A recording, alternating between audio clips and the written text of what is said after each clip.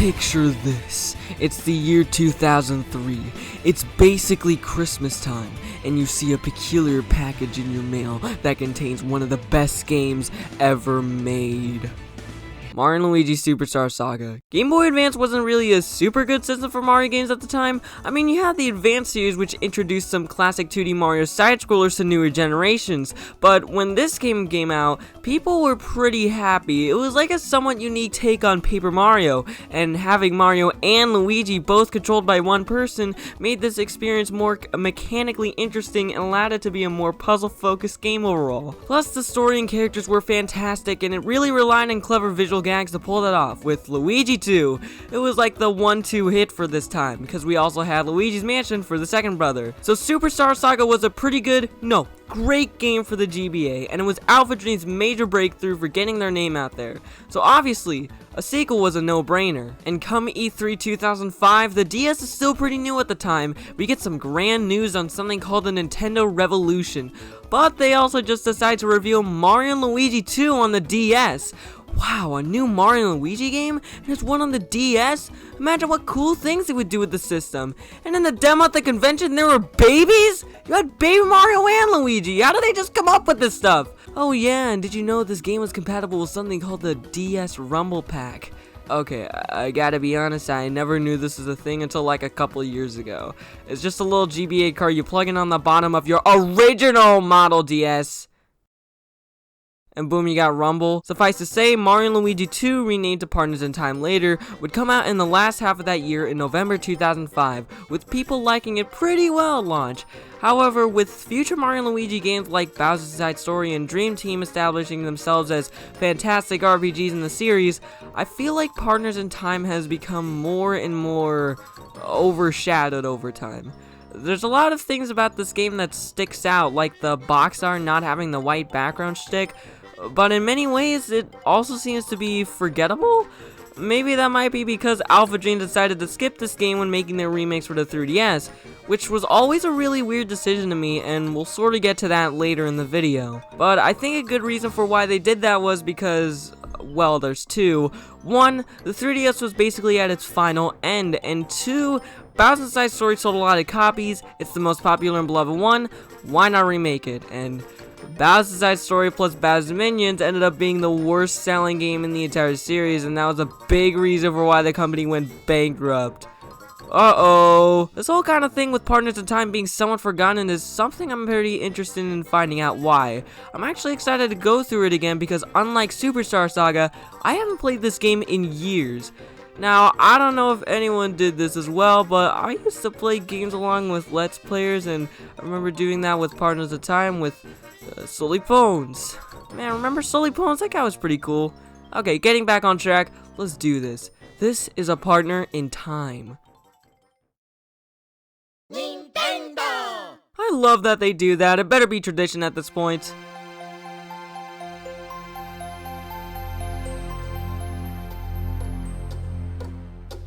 Holy crap, this title screen is actually beautiful. It's my favorite in the entire series, in fact, and I gotta say, it's probably one of my favorite title screens in any game. 2 clocks on each side, Mario and Luigi on the hands. It's so simple, and viewing this on an actual DS makes sense with the screen gap in mind.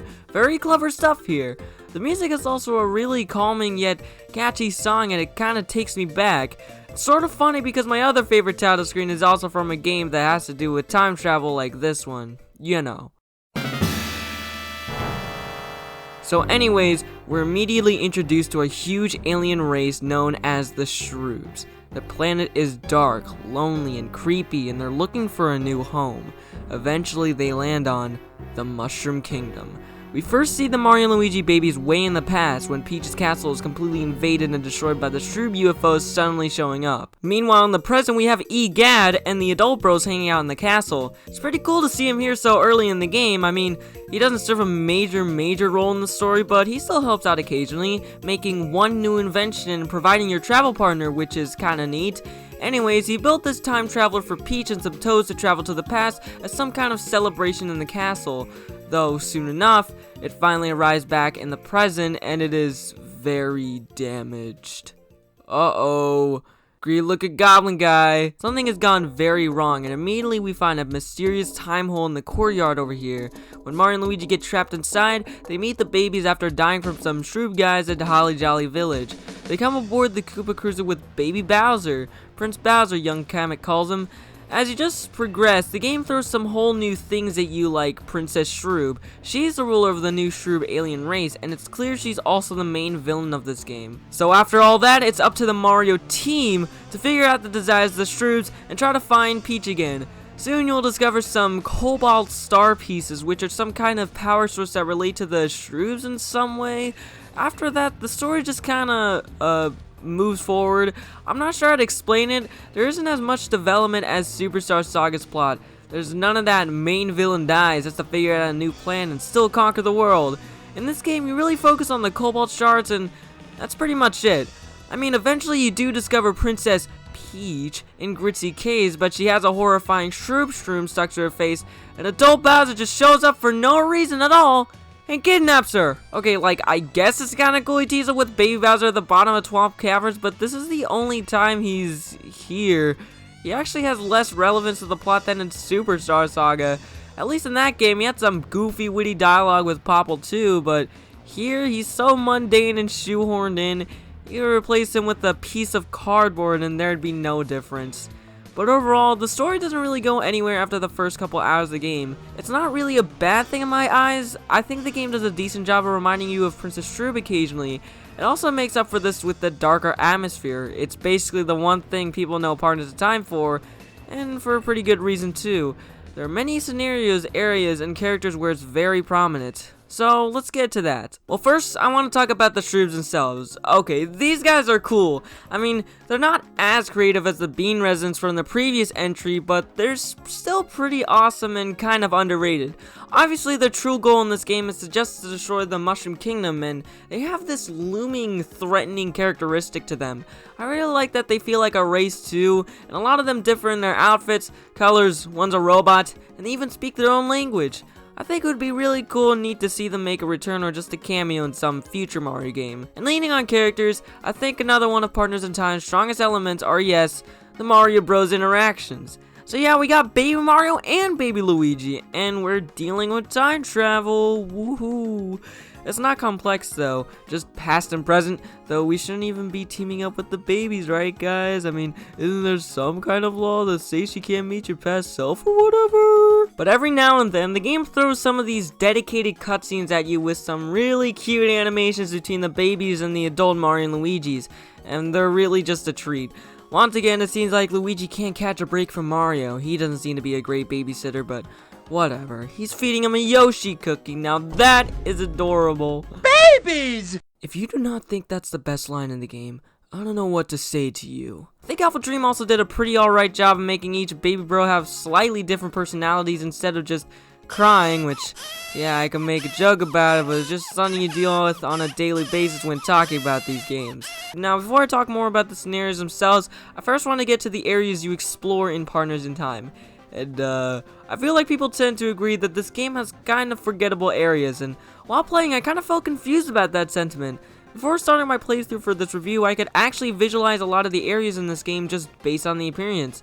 I knew about Thwomp Volcano, Yoshi's Island, Used Belly, Gritzy Desert, even though it's been a long time, but not really the intricate puzzles and layout that are housed within. Just how I could remember the appearance of BIS's areas, but I can't remember the intricate puzzles of those either. Yet people really prefer Bowser's side story over this game. Why? Well, to me, there's two reasons. First, there's no overworld. There's just no overworld. There's no bean fields to explore connecting all these areas. You do have Peach's castle, but that is really more of just a hub area. The way the game connects each of the areas you go to are just the time holes scattered about in the castle. You go through a time hole and boom, you're in a completely unique environment. It honestly makes the world feel less connected and almost disjointed, even though you have this whole map thingy for the entire ride. I also felt there wasn't nearly as much incentive to explore for secrets. There are mini games you can replay, and there's the underground of Peach's castle, and a lot of the time you could dig under the ground to hunt for beans, which you could exchange for cool stuff. I do think it's cool to see Fafo again selling rare badges for beans, but you know, that's basically it. And then the second reason, the scenarios are simply weaker than Superstar Saga. Okay, at least in my opinion. I only realized this while writing the script, but in Partners in Time, there aren't that many unique characters other than the Shroobs. Sure, there is this Koopa character you always run into. It's like a photographer character trying to get the scoop like Lotta Hart from Ace Attorney. She kind of helps out. There's young Egad, and I completely forgot about this entire sequence with him. Also, I think we may have a contender for the most forgettable Mario RPG travel partner of all time. Softwell, he's just this robotic suitcase that only showed up in this game until they wanted Starlo to replace him. Yeah, on Partners at Time, I can't think of any characters I really like or, you know, ones who are memorable. Maybe we have the Thwomp and Rock relationship for Thwomp Volcano that's kind of endearing. Remember the Stargate at Star Hill where he heavily criticized Luigi? I mean, that's kind of quirky. Other than that, this time around there's nothing like Popple and Bowser, the Christmas Crab, the ship full of skeletons, Prince Peasley, Cackletta, the Starshade Bros, Queen Bean. None of that diverse cast I'd like to see in a Mario and Luigi game. And it's kind of obvious Alpha Dream wanted this game to be much longer than Superstar Saga because it seems like some of these areas go on for a long time. Coupled with the battles having generally longer animations for the enemies and less counter-attackable attacks, I don't know, man. I kind of felt less motivated to play this game than Superstar Saga because of that. That's really a shame because other than the weaker characters, lack of an overworld, these areas are actually really cool and unique. There's some parts of the kingdom you visit where it's perfect for something memorable. The Koopaceum, remember this area? No, you probably don't because while it's one of the most interesting areas in the game with a really foreboding atmosphere and the music, plus there's an entire Shroob audience watching you fight a guy with a lollipop, you spend like 10 minutes in it. The game just throws it away and for no reason. Same with the Shroob Mothership. You spend like 10 minutes in here again and it perfectly showcases the threat of the alien Shroobs and I love it. I feel like the only area to have a really good scenario driven by characters is Yube's Belly / Yoshi's Island. This big boy Yoshi over here is terrorizing the island and you get eaten when he grows super big. Inside you're helping out the Yoshis go through the intestines and it's disgusting. You get pooped out at the end, and yeah, I can never forget that. Other than this really unique part of the game, the rest of the areas are pretty forgettable even though visually, they all look spectacular. You might have a vague idea of what the Vim Factory is. It has a really dark color scheme, and the Lead Hammer Bros. Yeah, can you tell this game came out in 2005? This is a relic. You probably will know what I'm talking about when I say Thwomp Volcano and Gritzy Desert because of their cool music that are the two best songs in the game, and visually they're really neat. There's just not many set pieces that make it super memorable though. Star Hill has one of the coolest color palettes I've ever seen, even though while replaying I realized I completely forgot this area. But seriously, it's so cool! Why are these backgrounds so cool looking? Oh my god!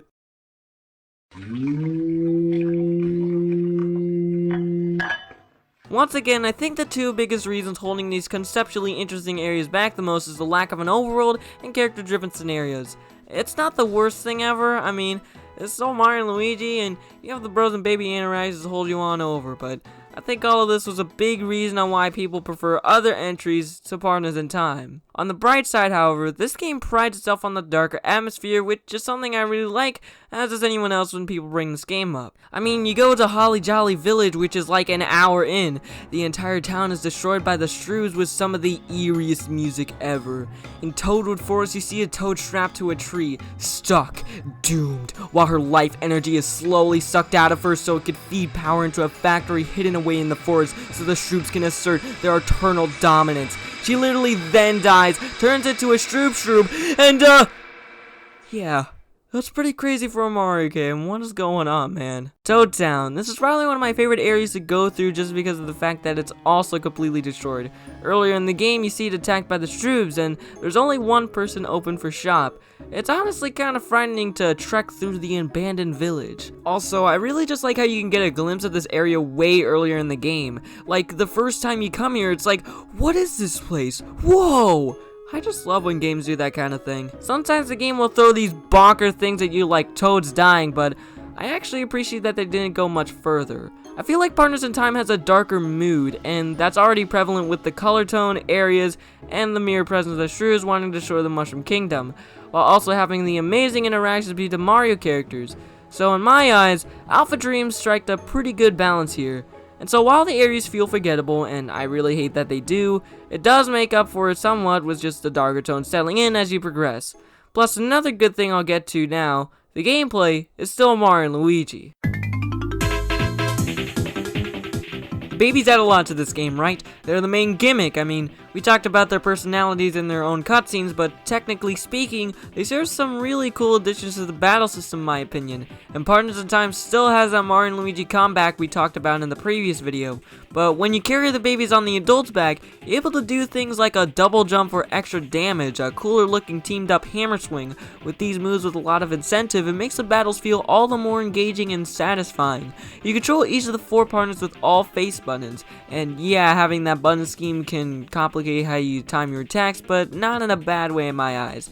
It just makes mastering Bros attacks more challenging, which I appreciate because you can sometimes use the babies in them. Oh yeah, Bros attacks. So in this game you have a quantifiable amount of each of these special moves. In concept, I don't think these new additions are as clever as seeing the Bros come up with their own moves since you're outsourcing these from a shop, but what I really like is that they heavily prioritize damaging all foes on the screen at once, which helps to streamline enemy encounters. And like I said, they're also really fun to pull off perfectly. Some of my favorites gotta be the trampoline, mixed flower, copy flower, and the fire and ice flowers.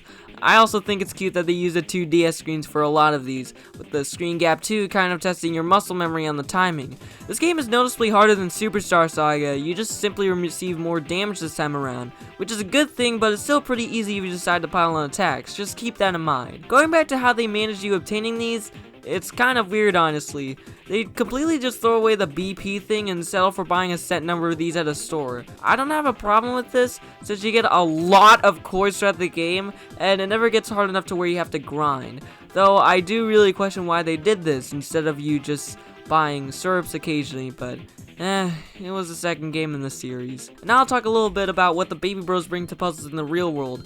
I was actually kind of disappointed with this. The moves you learn throughout the game are mostly repeated from Superstar Saga, which I'm fine with by the way, but sometimes they restrict moves the adult Bros could already perfectly do onto the babies. For example, now only the babies can use the hammers for some reason, and they're also the only ones who can get fat off of water, which is funny, but it makes me think they couldn't really think of that many clever ideas for the whole baby gimmick of this game. They're there because they're there at this point. I mean, you do learn some new moves, like the rolling move, which you can use to make the babies pancakes. You call them baby cakes, that's pretty fun, I guess. But the puzzles they implement into the overworld are lackluster, to say the least. You split up with the babies and the adults, which you could already do with Mario and Luigi in the first game. And you probably have to hit some kind of switch for the other team so they can do something else, so you can just progress through the room. Like 90% of the puzzles are just that. So in conclusion, this idea of having the babies along for the ride, coupled with the whole time travel thing, is a really neat idea in concept. How it was executed, I thought the whole thing felt a little forced, but hey, at least you still get the adorable cutscenes, right? All in all, it may seem like I did a lot of complaining and whatnot, but in reality, this is still a perfectly good Mario and Luigi game. It's just fun to go through because of the staples that were already established in Superstar Saga. And yeah, that stays true. Okay, so now with all the baby talk out of the way, it's time to get to the final things that you go through in this game. So spoilers, yada yada yada, whatever, skip to the conclusion section, I'll give you like 5 seconds.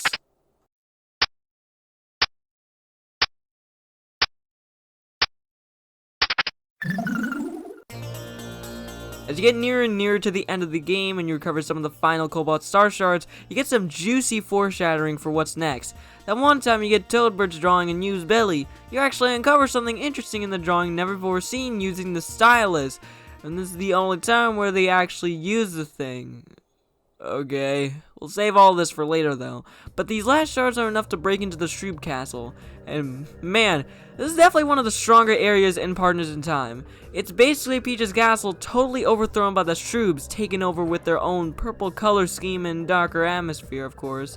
It really settles in that idea of the Shroobs being threatening alien race type stuff, plus with the music really hammering that in.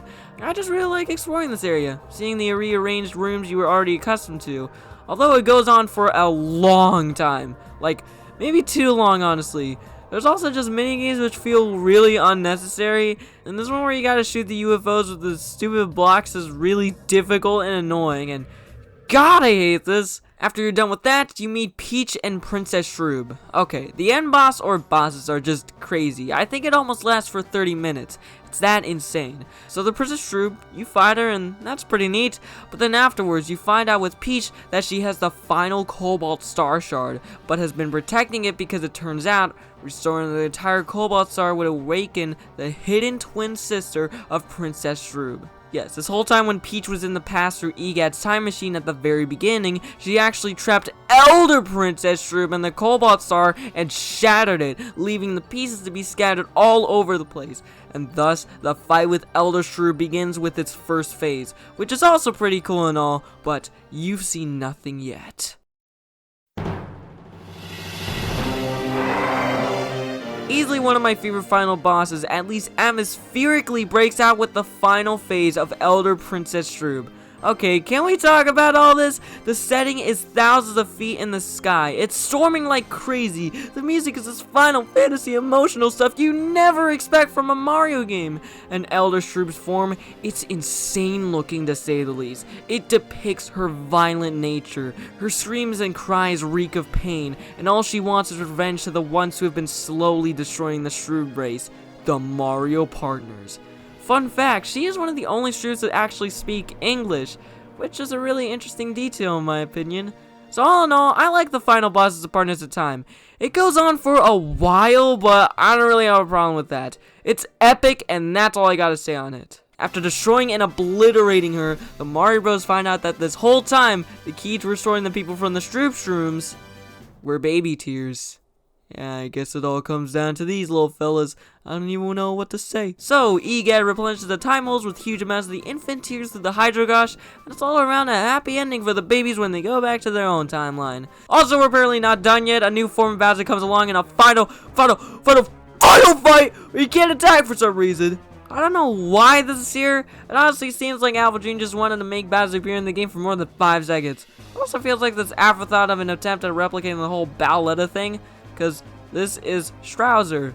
Well, that final stretch of the game lasted way longer than I expected, but hey, I think it was pretty awesome. Fitting into a game that has to do with time, I guess. Yeah, that was still pretty good. At the end of the day, Partners in Time is a Mario and Luigi game, and still is. Yeah, while playing it, I figured out why people see this one as one of the weaker entries in the series.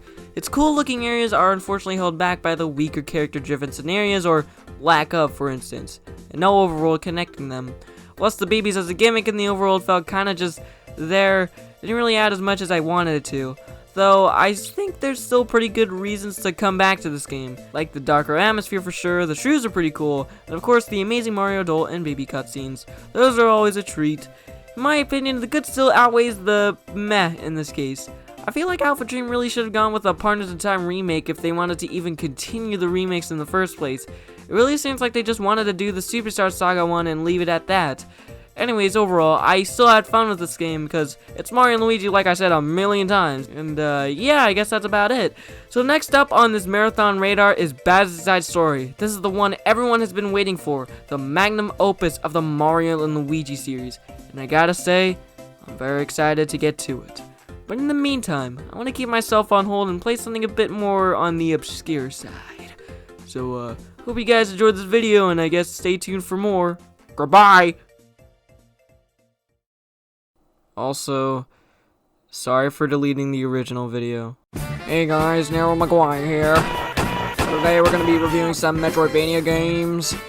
Oh, who the heck is this? Junior, your dinner's ready!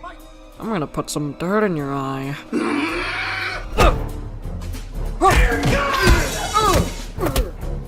Yo, we're the Moros twins. 30-pound dumbbell.